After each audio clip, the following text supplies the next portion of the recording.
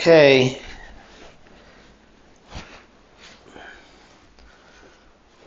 Okay, everybody, Zephyr Bartholomew here, and it's day 12 of the 30-day meditation boot camp for warriors and artists. So you made it to day 12, almost halfway. So today we're going to talk about the 5 niyamas just briefly, and then we'll do our meditation practice. So you've been doing the yamas now. You're starting to get a little understanding of how to practice the yamas. Hopefully you're keeping your book. Even in a half-assed way. 80% is perfect. You don't have to be like a crazy type A psychopath obsessive person to have a good yoga practice. Okay, so just get it started, and it will naturally improve. We'll sharpen it up. So let's just go through the niyamas. So if you can think about the yamas as kind of sweeping your path and removing obstacles, then the yamas can be seen as sort of like greasing the track, or making it after you've removed the obstacles. Now you're making it really fast, speeding it up. So, and you can see the difference, between removing obstacles and increasing your ability to go quickly. So let's just go through them quickly. The first is shaucha, which is cleanliness, or you can think of it as cleanliness, and we'll talk about what these mean sort of in a wider way. Santosha, which is contentment. Tapas, which is often translated as heat or discipline, and sort of classically how you'll see it in the yogic world is they'll have a guy wearing like a thong and covered in human ash, sitting underneath the hot sun at noon, surrounded by 4 fires. So that's like the sort of symbolism of it. Svadhyaya, which is self-study. Sva is self, and Jaya is study. And then Ishvara Pranidhana, which is it can be translated as like faith, or as trust in a higher power, or bowing down to a higher power. One of my gurus said you can think of it as asking for blessings from your lama or your guru, or having faith and trust in your teacher.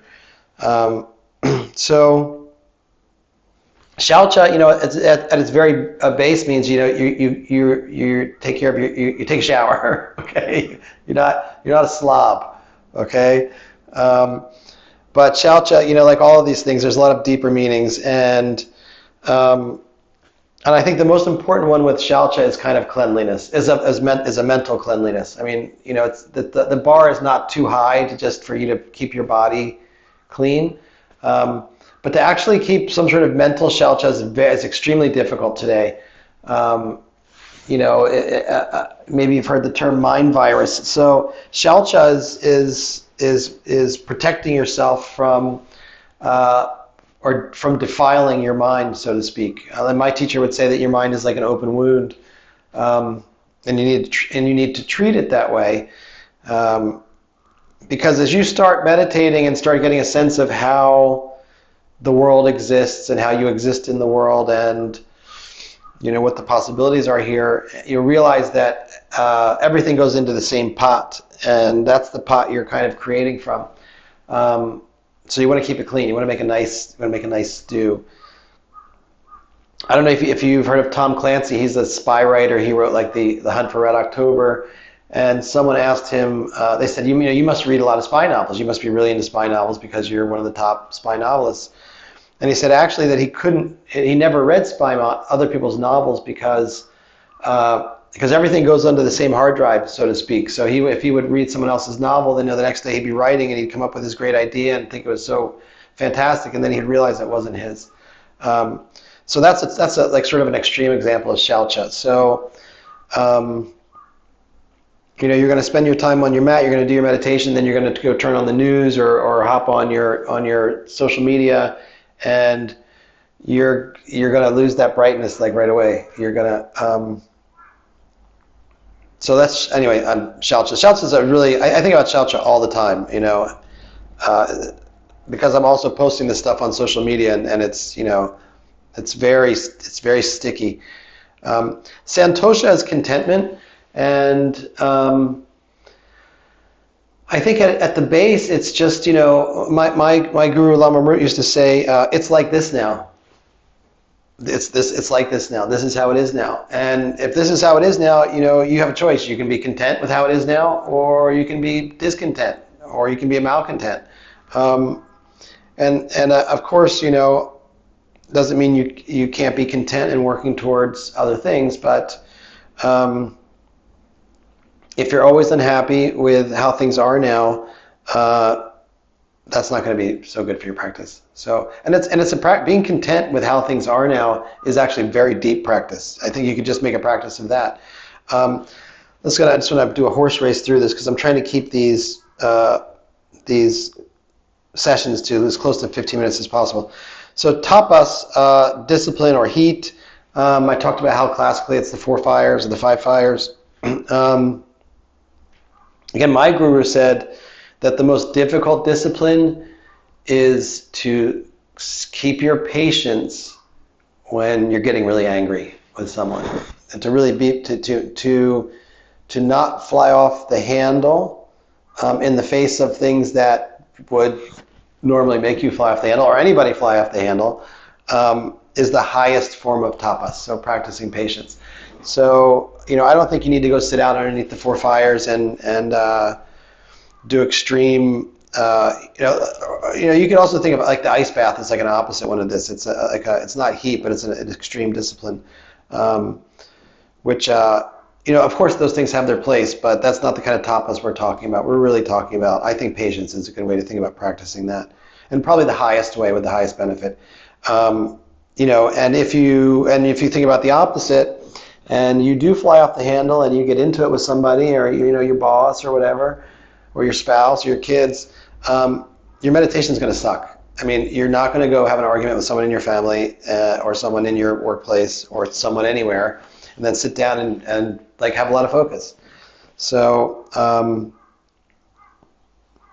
Svadhyaya, self-study, I think this can be study of the self and also study on your own, right? So go do the work. But of course, the very practice of meditation is self-study. But if you expand that out a little bit, once you start to have some self-awareness, you can start to see what needs to be worked on. Okay? Ishvara Pranidhana, take yourself to a lama, take yourself to a guru and ask for their blessings.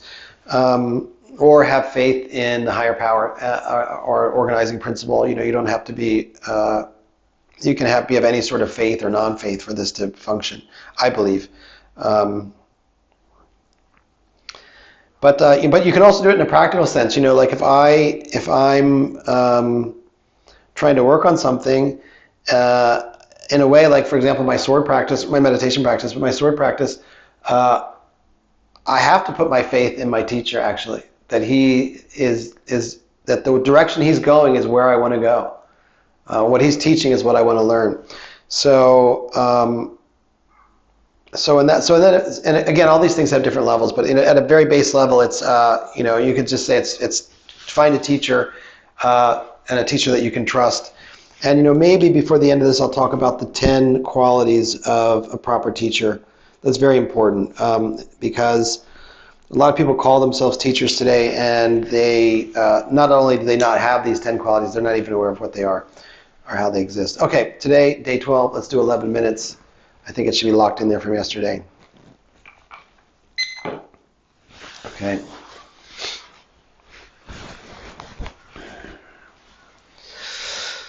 Okay, let's get our back straight.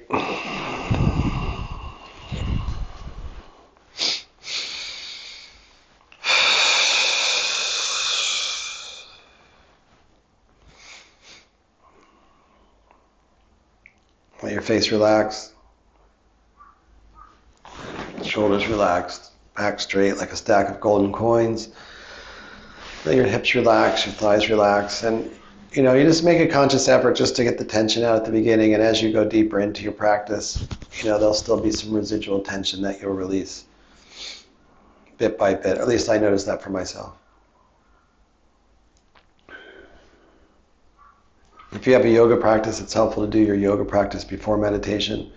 Actually, yoga you can think of it as a warm-up for meditation. It's the whole purpose of yoga, of the asana. And then bring your focus to your breath.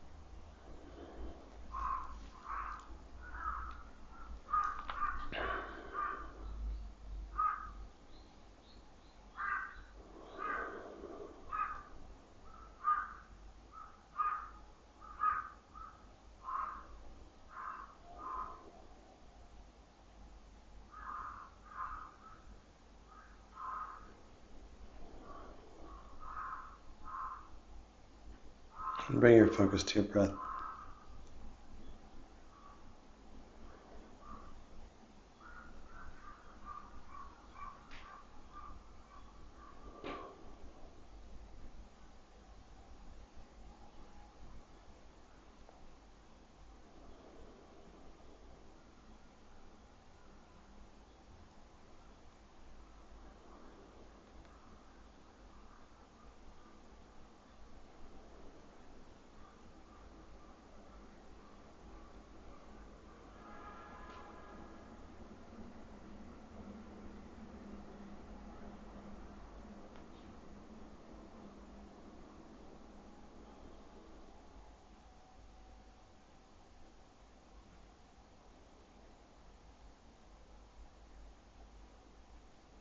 And bring your focus to your breath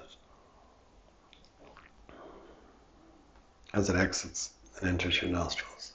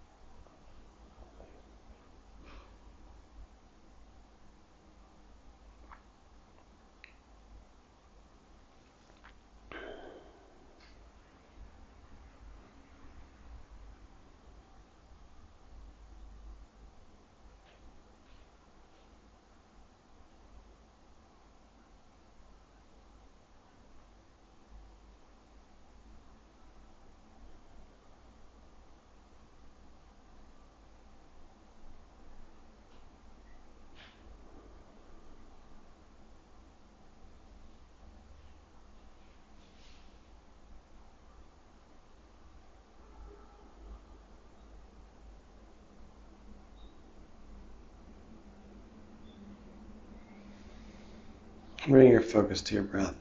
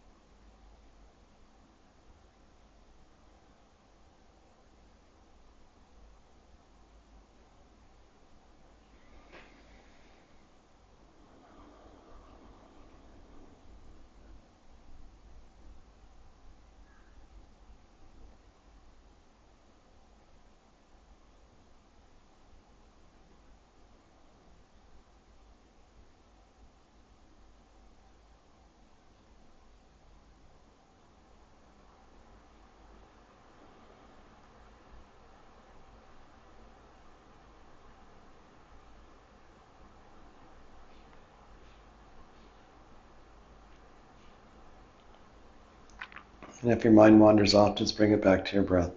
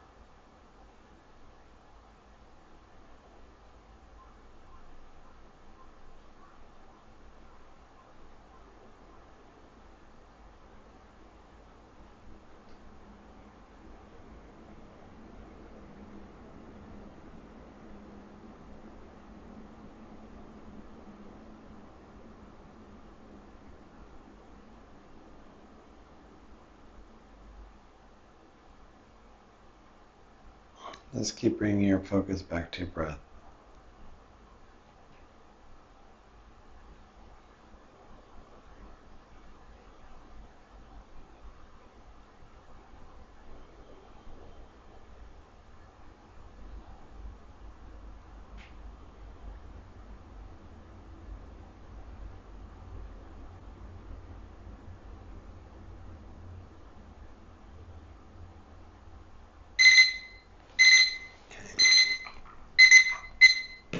Okay, so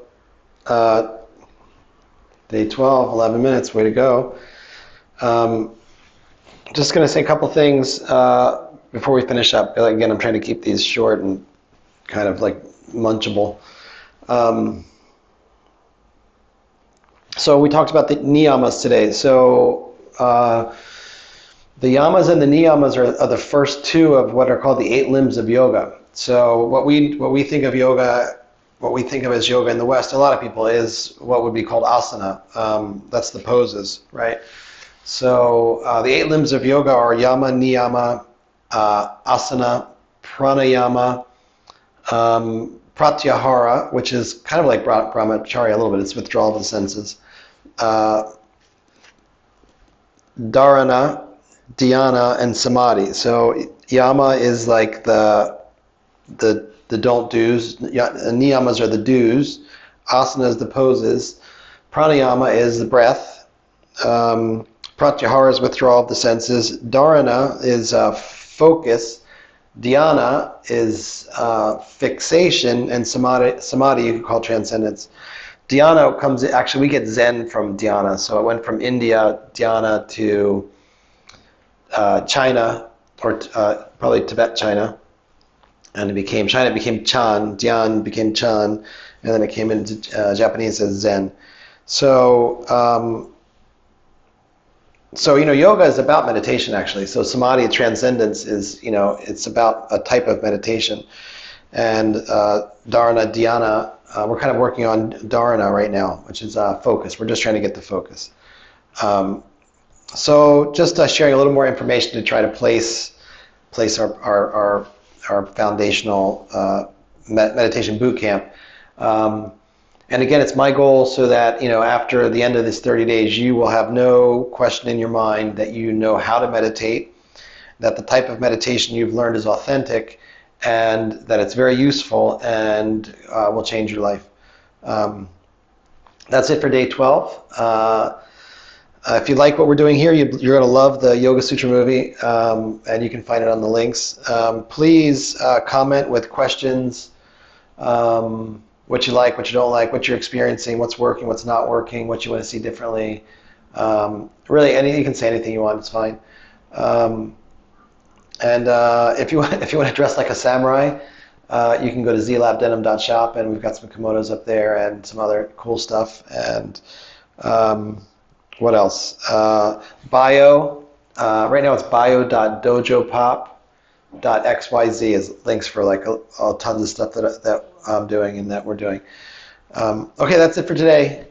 God bless you. Don't let the bastards get you down. Zephyr Bartholomew out.